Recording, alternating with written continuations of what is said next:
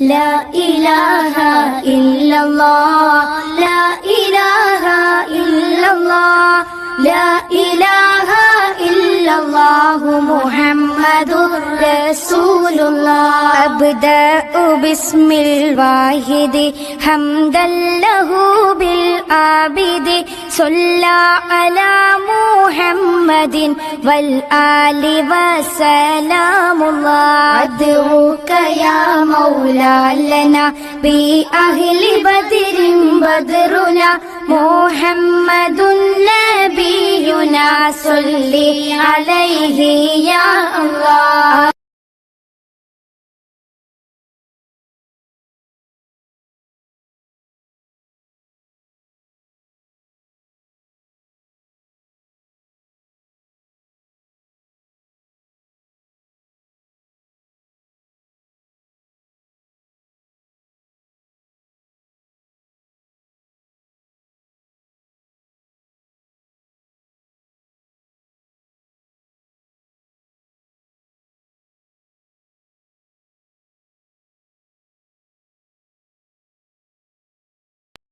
السلام عليكم ورحمة الله تعالى وبركاته. الحمد لله رب العالمين. الصلاة والسلام على خاتم النبيين وعلى آله الطيبين وأصحابه الطاهرين والمسلمين والمؤمنين كلهم أجمعين، أما بعد، فأعوذ بالله من الشيطان الرجيم. بسم الله الرحمن الرحيم. إنه لقول رسول كريم وما هو بقول شاعر قليلا ما تؤمنون ولا بقول كاهن قليلا ما تذكرون تنزيل من رب العالمين. صدق الله العلي العظيم وصدق رسوله النبي الكريم ونحن على ذلك من الشاهدين والشاكرين. الحمد لله رب العالمين. புகழ் அனைத்தும் அல்ல இறைவன் அல்லாஹ் ஒருவனுக்கு சொந்தமானது. அருமைநாயகம் முஹம்மது முஸ்தபா ரசூலே கரீம் ஸல்லல்லாஹு அலைஹி வஸல்லம் அவர்கள் மீதும் அவர்கள் காட்டியிருந்த வழிமுறையின் பிரகாரம் தன்னை வாழ்க்கையில் அமைத்துக் கொண்டு ஈரோகத்திலே வெற்றி பெற்ற உத்தம சத்திய சஹாபாக்கள், தாபிஈன்கள், தபஅ தாபிஈன்கள், வலிமார்கள், ஷஹதாக்கள், சாலிஹீன்கள், நாதாக்கள், நல்லோர்கள், நம்மவர்கள், நம்முடைய குடும்பத்தார் அனைவர் மீதும் அல்லாஹ்வின் அன்பும் அருளும் என்றென்றும் நிலையாக நிலைத்து நிரந்தரமாக உண்டாகட்டுமாக. ஆமீன். கண்ணியமிக்க அல்லாஹ்வின் நல்லடியார்களே, அருமைநாயகம் ஸல்லல்லாஹு அலைஹி வஸல்லம் வாழ்க்கை வரலாறு, அதன் தொடர்ச்சியில் சென்ற வாரத்தில் ஹபஷாவிற்கு இரண்டாவது முறையாக மக்கள் இஸ்லாமியர்கள் ஹிஜ்ரத் செய்து சென்றார்கள். அவர்களை அழைத்து வரும்படியாக 2 நபர்களை மக்கத்து முஷ்ரிக்கீன்கள் அனுப்பி வைத்தார்கள். அவருடைய பேச்சுவார்த்தை ஹபஷாவுடைய மன்னர் நஜாஷியிடத்தில் தோல்வியுற்றது. மிகவும் கவலையுடன் கைசேதத்துடன் நஷ்டமடைந்தவர்களாக திரும்பவும் மக்காவிற்கு வந்தார்கள். திரும்ப வந்ததற்கு பின்பதாக சஹாபா பெருமக்களை மக்காவில் எஞ்சியிருந்த இஸ்லாமியர்களை கடுமையாக துன்புறுத்தலுக்கு ஆளாக்கினார்கள். அது மட்டுமல்ல, அருமைநாயகம் ஸல்லல்லாஹு அலைஹி வஸல்லம் அவர்களை இன்னும் அதிகமாக துன்புறுத்தலுக்கு உள்ளாக்கினார்கள். எந்த அளவுக்கு என்றால், நபிகளாரை கொலை செய்திட வேண்டும் என்ற எண்ணம். இத்தனைக்கும் ஆணியராக இருக்கக்கூடிய முஹம்மது அவர்தான், அவரை கொண்டுவிட்டால் அனைத்தும் ஒன்றுமில்லாமல் போய்விடும் என்பதாக முடிவு செய்தார்கள். அதற்குண்டான ஏற்பாடுகள், முயற்சிகள், சதிகள் எல்லாம் தீட்டப்பட்டது. அருமைநாயகம் ஸல்லல்லாஹு அலைஹி வஸல்லம் கேவலப்படுத்தினார்கள். அபூலஹபின் மகன் உதைபா அருமைநாயகம் ஸல்லல்லாஹு அலைஹி வஸல்லம் ஹரமுக்கு அருகாமையில், கஅபாவிற்கு அருகாமையில் இருக்கக்கூடிய தருணத்திலே நபிகளாரின் மீது தாக்குதலுக்கு முன் வந்தான். நபிகளாரை தாக்க முயன்றான். அருமைநாயகம் ஸல்லல்லாஹு அலைஹி வஸல்லம் மீது எச்சிலை துப்பினான். அல்லாஹ் சுப்ஹானஹு வ தஆலா அந்த அசுத்தத்தை விட்டு அருமைநாயகம் ஸல்லல்லாஹு அலைஹி வஸல்லம் பாதுகாத்தான். தான் துப்பிய எச்சில் மீண்டும் அவனுடைய முகத்திலேயே விழுந்தது. அருமைநாயகம் ஸல்லல்லாஹு அலைஹி வஸல்லம் நோக்கி உமிழ்ந்த அந்த எச்சில் மீண்டும் உதைபாவுடைய முகத்திலே விழுந்தது. கைசதைப்பட்டான், கவலை கொண்டான். அருமைநாயகம் ஸல்லல்லாஹு அலைஹி வஸல்லம் துஆ செய்தார்கள். யா அல்லாஹ், இந்த உதைபாவின் மீது என்னுடைய மிருகங்களில் இருந்து ஒரு மிருகத்தை நீ சாட்டுவாயா என்பதாக துஆ செய்தார்கள். கஅபாவிற்கு அருகாமையில் அல்லாஹ் சுப்ஹானஹு வ தஆலா அந்த துஆவை அங்கீகரித்துக் கொண்டான். உதைவாவுடைய உள்ளத்தில் கடுமையான கவலை, அருமைநாயகம் ஸல்லல்லாஹு அலைஹி வஸல்லம் எனக்காக வதுவா செய்து விட்டார்களே, அதுவும் அல்லாஹ்விடத்தில் வேண்டி விட்டார்கள் என்ற ஒரு கவலை உள்ளத்தில் ஏற்பட்டது. அருமைநாயகம் ஸல்லல்லாஹு அலைஹி வஸல்லம் எதுவும் சொன்னாலும் சரி கண்டிப்பாக நடக்கும், அதுவும் காபாவிற்கு அருகாமையை சொன்னால் அதுவும் இன்னும் மோசம், கண்டிப்பாக நடந்தே தீரும் என்ற உறுதியில் இருந்தான். அதே போன்று சில நாட்கள் கழித்து ஷாம் நாட்டிற்கு வியாபார நோக்கத்திற்கு அணி செல்கின்றான். சென்ற அவன் ஷாமிற்கு அருகாமையில் ஒரு இடத்தில் ஜர்கா என்ற ஒரு இடத்திலே தங்குகின்றான். இரவில் வனப்பகுதியான ஒரு இடம்.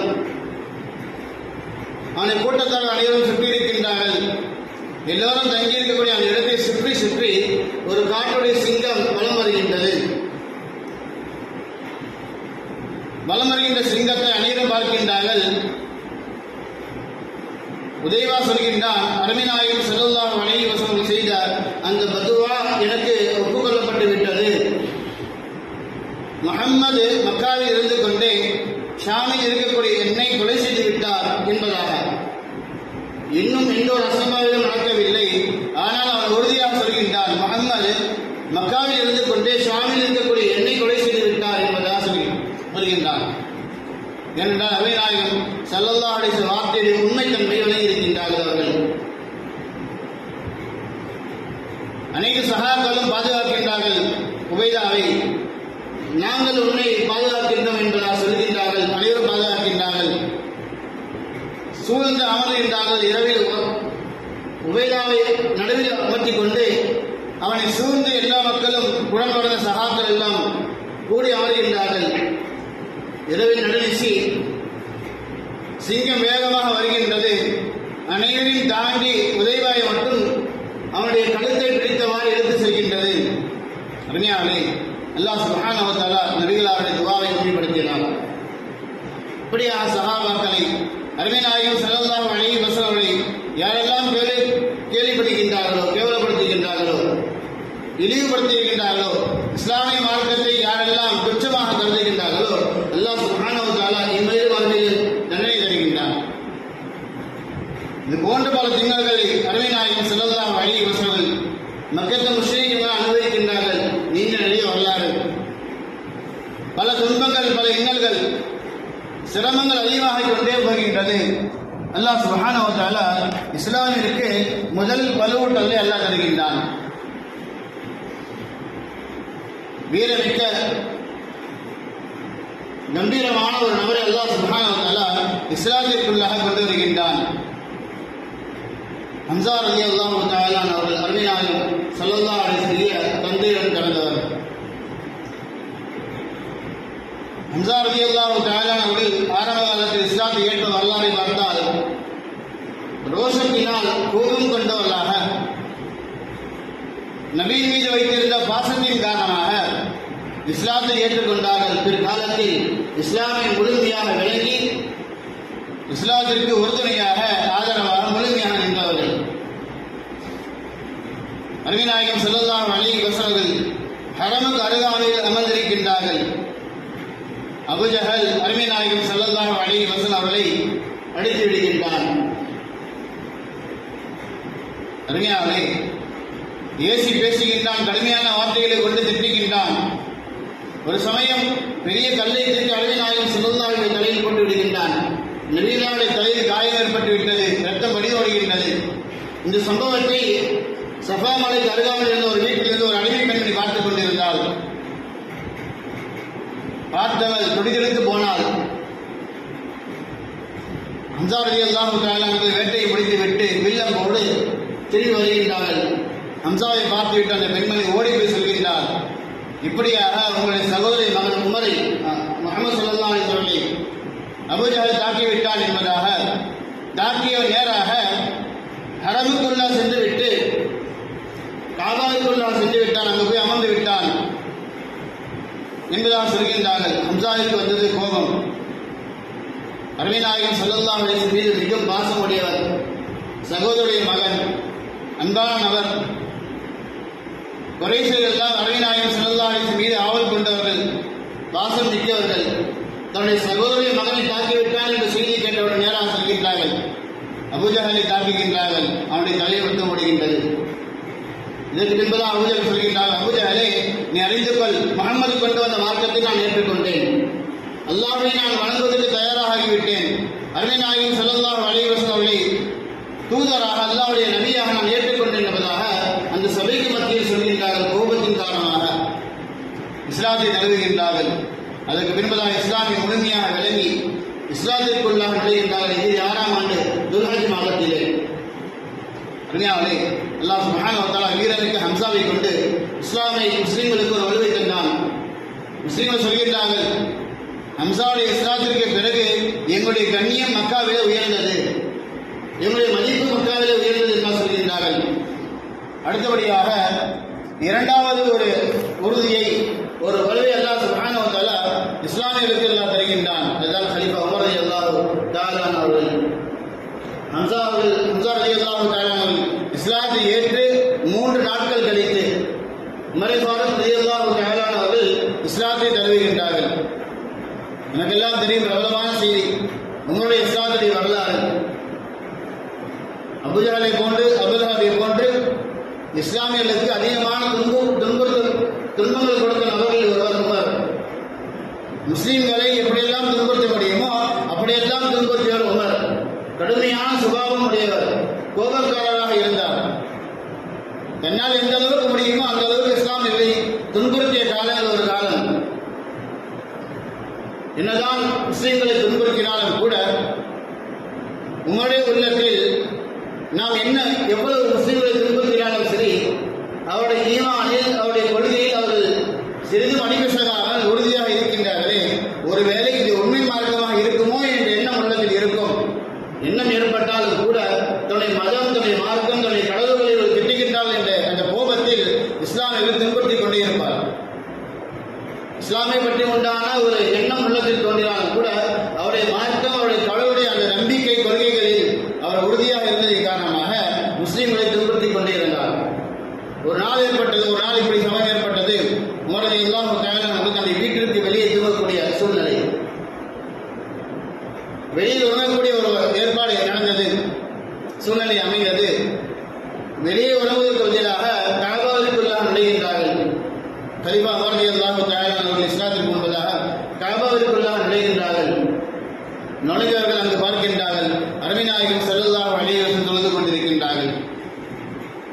நபிகளார் தொழுதை பார்க்கின்றார்கள். உமர் உள்ளே நுழைகின்றார். நுழைந்தவர் சொல்கின்றார், நான் கஅபாவிற்குள்ளாக நுழைந்தேன். நபிகள் பெருமானார் ஸல்லல்லாஹு அலைஹி வஸல்லம் தொழுது கொண்டிருக்க நான் பார்த்தேன்.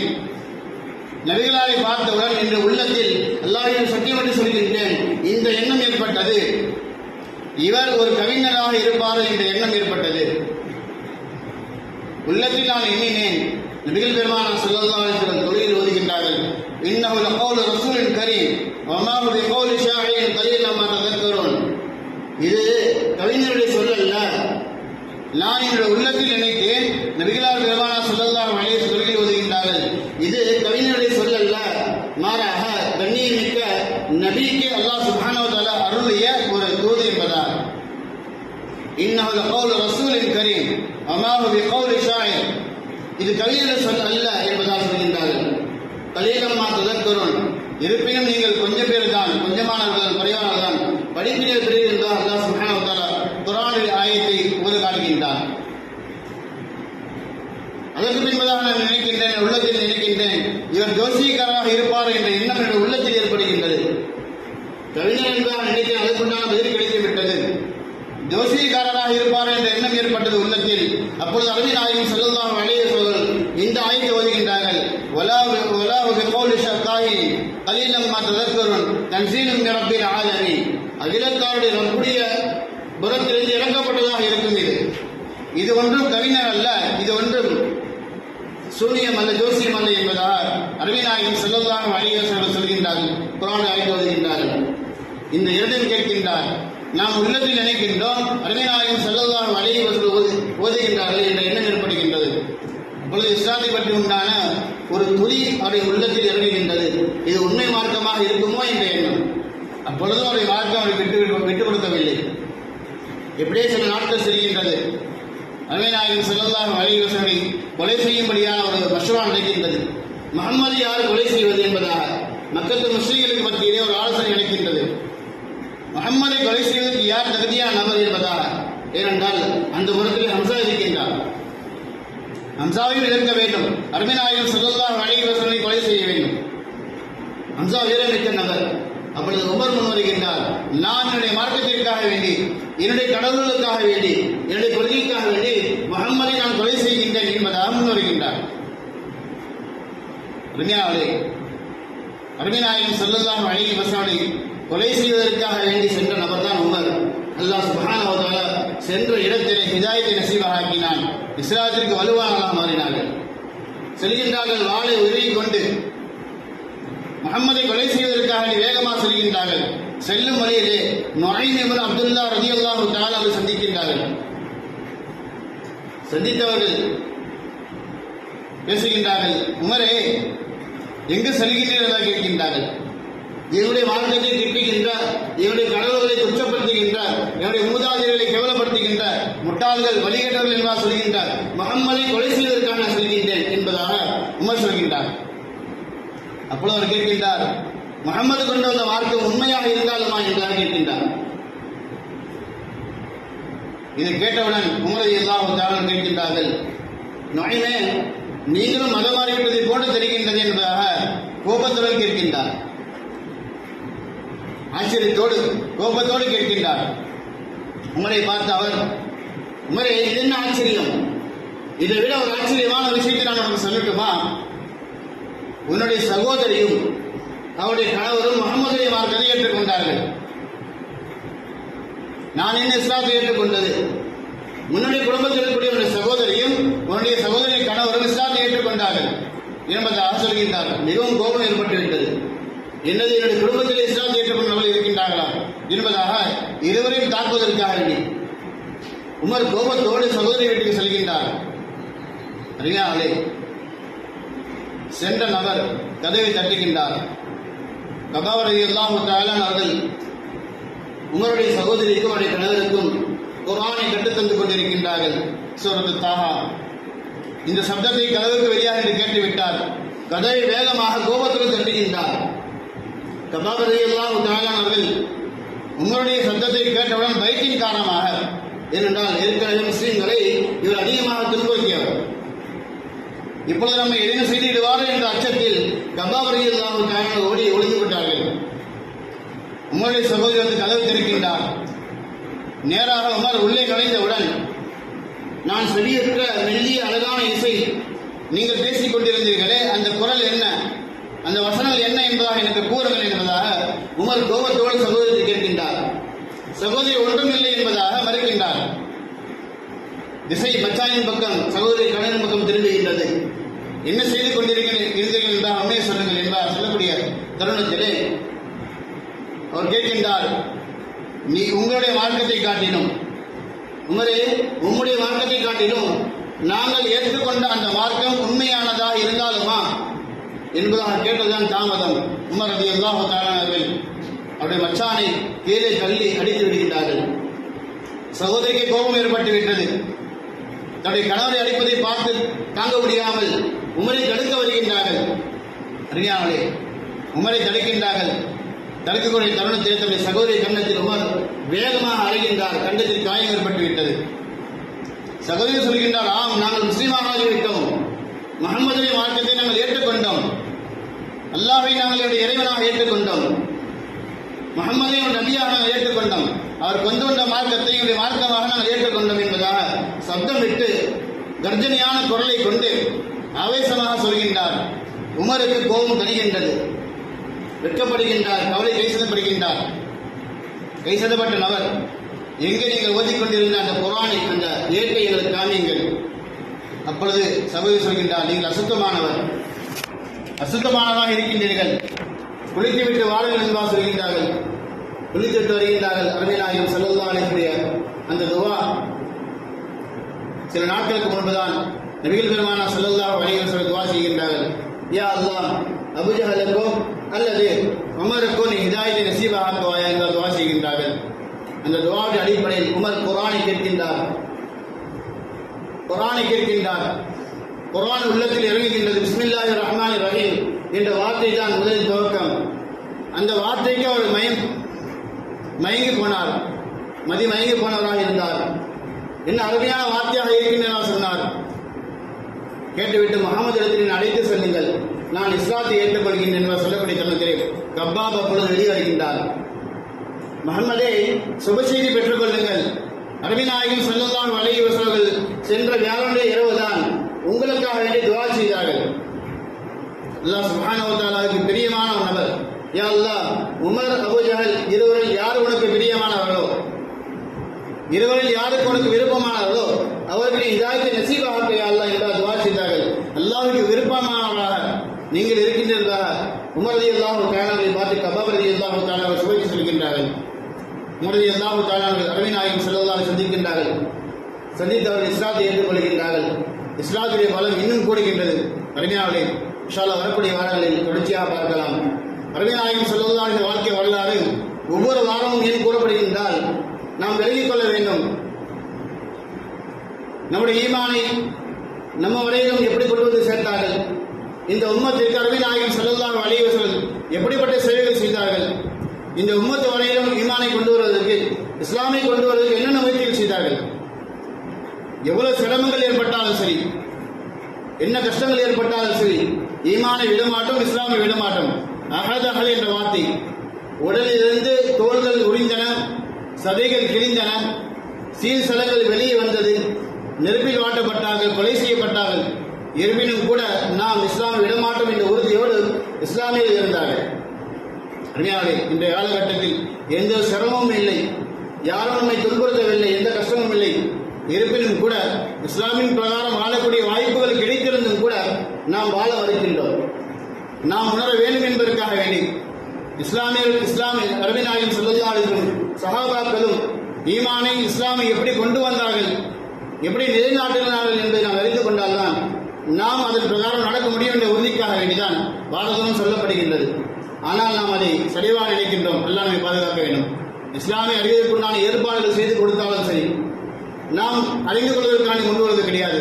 போன மாதம் கூட பெண்கள் பயான் நம்முடைய பள்ளியில் வைத்தோம். எல்லாம் பாதுகாக்க வேண்டும். 2-3 பெண்கள் தான் கலந்து கொண்டார்கள். சுமார் 25-26 குடும்பங்கள் இருக்கின்றது. 2-3 பெண்கள் இந்த வாரம் சென்ற வாரம் அறிவிப்பு செய்தோம். புதன்கிழமை பயான் என்பதாக ஒருவர் கூட வரவில்லை. பயானுக்கான உண்டான ஏற்பாடுகள் எல்லாம் செய்யப்பட்டது. ஒரு பெண்கள் கூட வருவது கிடையாது. அறிஞாவே, நிர்வாகத்தினர்கள் இதில் கவனம் செலுத்த வேண்டும். குறைந்தபட்சமாக 26 குடும்பங்கள் என்றால் அதில் பாதியாக 13 நபர்களாவது பெண்கள் வர வேண்டும். இன்னும் சொல்ல போனால் மதரசாக்கள் நடக்கின்றது. மதரசாக்களில் கூட பார்த்தால் 2-3 பெண்கள் தான் ஓதுகின்றார்கள். மதரசாக்களுக்கான பெரும் முயற்சிகள் நடைபெறுகின்றது. அதிகாக கொடுக்கக்கூடிய வசதிகள் இல்லை என்றாலும் சரி, நிர்வாகம் பெரும் முயற்சியோடு ட்ரஸ்டுடைய அந்த ஒத்துழைப்போடு அதிகாக்கள் கொடுக்கப்பட்டுக் கொண்டிருக்கின்றது. தொடர்ச்சியாக மதரசாக்கள் நடைபெற்றுக் கொண்டிருக்கின்றது. அறிவியாலே, மதரசாவை நாம் வலுப்படுத்த வேண்டும் என்றால், மஹல்லாவை நாம் உண்மையான முஸ்லீம்கள மஹல்லாவாக மாற்ற வேண்டும் என்றால், இஸ்லாமிய கொள்கைகள், இஸ்லாமிய அடிப்படையில் நம்முடைய உள்ளத்தில் வர வேண்டும். அந்த அடிப்படையில் பெண்களுடைய பயன் ஏற்பாடு செய்யப்பட்டால் நம்முடைய வீட்டுடைய பெண்களை கண்டிப்பாக அனுப்பி வைக்க வேண்டும். ஆண்கள் முழுமையாக வேலை நேரங்கள் போக மஹல்லாவில் இருக்கக்கூடிய அந்த தருணத்திலே பள்ளிவாசலும் தொழக்கூடிய ஆண்களாக மாற வேண்டும். அல்லாஹ் சுப்ஹானஹு வ தஆலா தீனுடைய விஷயங்களை அறிந்து கொண்டு அதனுடைய உள்ளங்களை ஏற்றிக்கொண்டு தீனுடைய கவலை உண்டாக்கலாம். அல்லாஹ்வை முழுமையாக அணுகக்கூடிய பாக்கியத்தை அல்லாஹ் நமக்கு தந்தல் புரிவானாக. வாஹிதுல்லாஹி ரப்பில் ஆலமீன்.